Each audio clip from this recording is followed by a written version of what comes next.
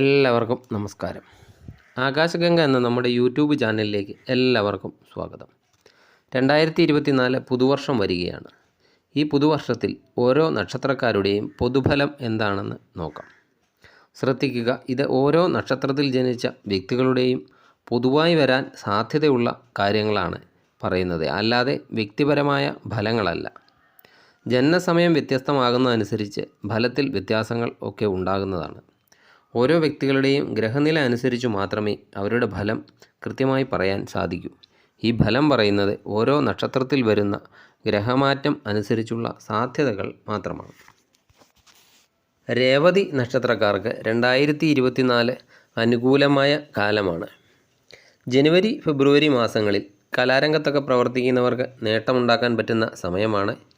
അതുപോലെ പുതിയ വീട് പണിയുന്നതിന്, പഴയ വീട് പുതുക്കി പണിയുന്നത് ഒക്കെയുള്ള നല്ല സമയമാണ്. അതുപോലെ സന്താനങ്ങൾക്കൊക്കെ തൊഴിൽ നേട്ടം കാണുന്നുണ്ട്. കുടുംബജീവിതമൊക്കെ സന്തോഷകരമായിരിക്കും. പിടിവാശി ഒഴിവാക്കേണ്ട ഒരു സംഗതിയാണ്. പിടിവാശി മൂലം പല വിഷമതകളും ജനുവരി ഫെബ്രുവരി മാസത്തിലൊക്കെ വന്നു ചേരാൻ സാധ്യതയുണ്ട്. അതുപോലെ ബന്ധുജനങ്ങളുമൊക്കെയായി അകന്നു കഴിയേണ്ട ചില സാഹചര്യങ്ങളൊക്കെ ഉണ്ടാകാവുന്നതാണ്.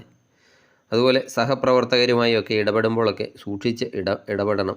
അല്ലെങ്കിൽ അവരുമായിട്ടൊക്കെ സഹകരിച്ചു പോകാൻ ബുദ്ധിമുട്ടുള്ള സമയമാണ് ജനുവരി ഫെബ്രുവരി മാസം. അതുപോലെ ആത്മീയ കാര്യങ്ങൾക്കൊക്കെ വേണ്ടി പ്രയത്നിക്കുന്നതാണ്. ആത്മീയ കാര്യങ്ങൾക്കൊക്കെ വേണ്ടി പണവും ചെലവഴിക്കുന്നതാണ്. അതുപോലെ വെട്ടിത്തുറന്നുള്ള അഭിപ്രായ പ്രകടനങ്ങൾ ഉപേക്ഷിക്കണം. വെട്ടിത്തുറന്നുള്ള അഭിപ്രായ പ്രകടനം ശത്രുക്കളെ സൃഷ്ടിക്കുന്നതാണ്. അതുപോലെ ക്രയവിക്രയങ്ങളിലൊക്കെ നേട്ടം കാണുന്നുണ്ട്. ബിസിനസ്സുകാർക്ക് ബിസിനസ്സിൽ പുരോഗതി ഉണ്ടാകുന്ന കാലമാണ്. അതുപോലെ ഷുഗർ ഉള്ളവരൊക്കെ ശ്രദ്ധിക്കേണ്ട സമയമാണ് ജനുവരി ഫെബ്രുവരി മാസം. അതുപോലെ വയറ് സംബന്ധമായി എന്തെങ്കിലും തരത്തിലുള്ള രോഗങ്ങളും ജനുവരി ഫെബ്രുവരി മാസങ്ങളിൽ ഉണ്ടാകാൻ സാധ്യതയുണ്ട്. മാർച്ച് ഏപ്രിൽ മാസത്തിൽ പുതിയ വാഹനമൊക്കെ വാങ്ങാൻ ഉദ്ദേശിക്കുന്നവരാണെങ്കിൽ വാഹനമൊക്കെ മേടിക്കാൻ സാധിക്കുന്നതാണ്. അതുപോലെ ജോലിക്ക് വേണ്ടി ശ്രമിക്കുന്നവർക്കൊക്കെ ജോലി ലഭിക്കുന്നതാണ്. അതുപോലെ പിതാവിന് എന്തെങ്കിലും തരത്തിലുള്ള രോഗമൊക്കെ ഉള്ളവരാണെങ്കിൽ പിതാവിൻ്റെ രോഗമൊക്കെ മൂർച്ഛിക്കുന്നതാണ്. അതുപോലെ കുടുംബത്തിലുള്ളവർ തമ്മിലുള്ള അകൽച്ചയൊക്കെ മാറിക്കിട്ടുന്നതാണ്. അതുപോലെ കോടതി കേസൊക്കെ ഉള്ളവരാണെങ്കിൽ അനുകൂല വിധിയൊക്കെ ഉണ്ടാകുന്നതാണ് മാർച്ച് ഏപ്രിൽ മാസങ്ങളിൽ. അതുപോലെ കാർഷിക രംഗത്ത് ഒക്കെ പ്രവർത്തിക്കുന്നവർക്ക് അനുകൂലമായ കാലമാണ്. അതുപോലെ നമ്മുടെ ആത്മാർത്ഥതയൊക്കെ പലരും ചോദ്യം ചെയ്യുന്ന ഒരു സമയം കൂടിയാണ്. പങ്കാളിത്ത ബിസിനസ്സൊക്കെ ചെയ്യാൻ ആഗ്രഹിക്കുന്നവരാണെങ്കിൽ മാർച്ച് ഏപ്രിൽ മാസം അത് ഒഴിവാക്കുന്നതാണ് നല്ലത്. പങ്കാളിത്ത ബിസിനസ്സൊക്കെ നഷ്ടത്തിൽ വരാൻ സാധ്യതയുണ്ട്. അതുപോലെ ആർക്കെങ്കിലും വാഗ്ദാനങ്ങളൊക്കെ കൊടുക്കുന്നതും മാർച്ച് ഏപ്രിൽ മാസങ്ങളിലൊക്കെ ഒഴിവാക്കണം. അതുപോലെ അനാവശ്യ ചിന്തകളൊക്കെ ഒഴിവാക്കണം. അതുപോലെ ലക്ഷ്യങ്ങളൊക്കെ നേടിയെടുക്കുന്നതിന് വേണ്ടി കുറച്ചൊക്കെ വിട്ടുവീഴ്ചകളൊക്കെ ചെയ്യേണ്ടി വരുന്ന സമയമാണ്. വസ്തു സംബന്ധമായ എന്തെങ്കിലും വ്യവഹാരത്തിലൊക്കെ കാലതാമസം നേരിടുന്നതാണ് മാർച്ച് ഏപ്രിൽ മാസത്തിൽ. അതുപോലെ കുടുംബത്തിൽ ഏതെങ്കിലും തരത്തിലുള്ള മംഗളകർമ്മങ്ങൾക്കൊക്കെ ഉള്ള യോഗം കാണുന്നുണ്ട്. അതുപോലെ സഹോദരങ്ങളിൽ നിന്നൊക്കെയുള്ള മനോദുഃഖമുണ്ടാക്കുന്ന എന്തെങ്കിലുമൊക്കെ പ്രവർത്തികൾ ഉണ്ടാകുന്നതാണ്. അതൊക്കെ കണ്ടില്ലെന്നൊക്കെ നടിക്കേണ്ട സമയം കൂടിയാണ് മാർച്ച് ഏപ്രിൽ മാസം. അതുപോലെ വിദേശ ജോലിക്കൊക്കെ ശ്രമിക്കുന്നവരാണെങ്കിൽ വിദേശ ജോലിക്കുള്ള സാധ്യതയൊക്കെ ഉണ്ട് മാർച്ച് ഏപ്രിൽ മാസത്തിൽ. മെയ് ജൂൺ മാസങ്ങളിലൊക്കെ സുഹൃത്തുക്കളുമായൊക്കെ ഇടപെടുമ്പോൾ ശ്രദ്ധിക്കണം. അവരെ ചതിക്കാൻ സാധ്യതയുണ്ട്. അതുപോലെ മുൻകോപം നിയന്ത്രിക്കണം. അതുപോലെ അസാധ്യമെന്ന് തോന്നുന്ന കാര്യമൊക്കെ നിഷ്പ്രയാസം സാധിക്കാൻ പറ്റുന്ന ഒരു സമയമാണ് മെയ് ജൂൺ മാസം. ജീവിതഗതിയിൽ ഒരു നല്ല മാറ്റമൊക്കെ കാണുന്ന സമയമാണ്.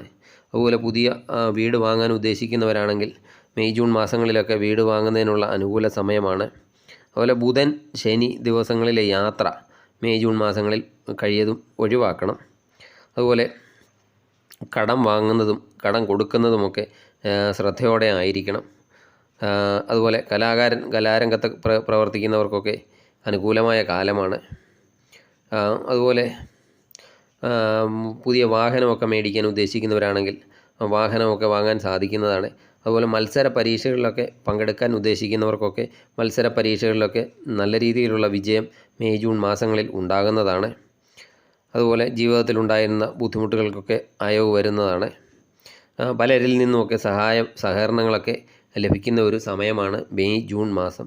ജൂലൈ ആഗസ്റ്റ് മാസങ്ങളിലൊക്കെ ഉദ്യോഗസ്ഥലത്തൊക്കെ ശ്രദ്ധിക്കണം.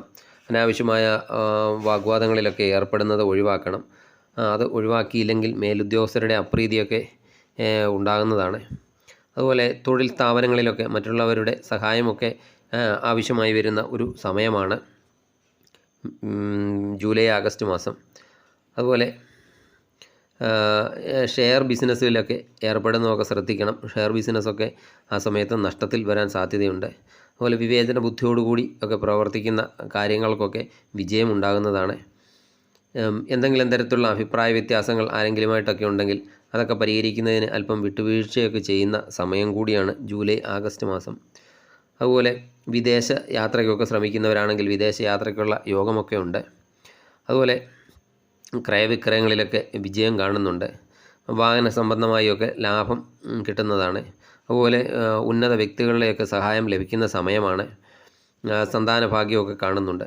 അതുപോലെ വേളകളിലൊക്കെ ശ്രദ്ധിക്കണം. യാത്രാവേളകളിലൊക്കെ ധനനഷ്ടം വരാൻ സാധ്യതയുള്ളതിനാൽ അതൊക്കെ സൂക്ഷിക്കണം. അതുപോലെ സുഹൃത്തുക്കൾക്കോ അതുപോലെ ബന്ധുക്കൾക്കോ ഒക്കെ ആവശ്യമില്ലാത്ത വാഗ്ദാനങ്ങളൊക്കെ കൊടുക്കരുത്. ആ വാഗ്ദാനം നിറവേറ്റാൻ പറ്റിയെന്ന് വരികയില്ല. അതുകൊണ്ട് അതൊക്കെ ശ്രദ്ധിക്കണം. അതുപോലെ വ്യാപാര മേഖലയിലൊക്കെ പഴയ ഒരു പ്രതാപമൊക്കെ വീണ്ടെടുക്കാൻ സാധിക്കുന്നതാണ്. കുടുംബ ബന്ധങ്ങളൊക്കെ മെച്ചപ്പെടുന്ന സമയമാണ്.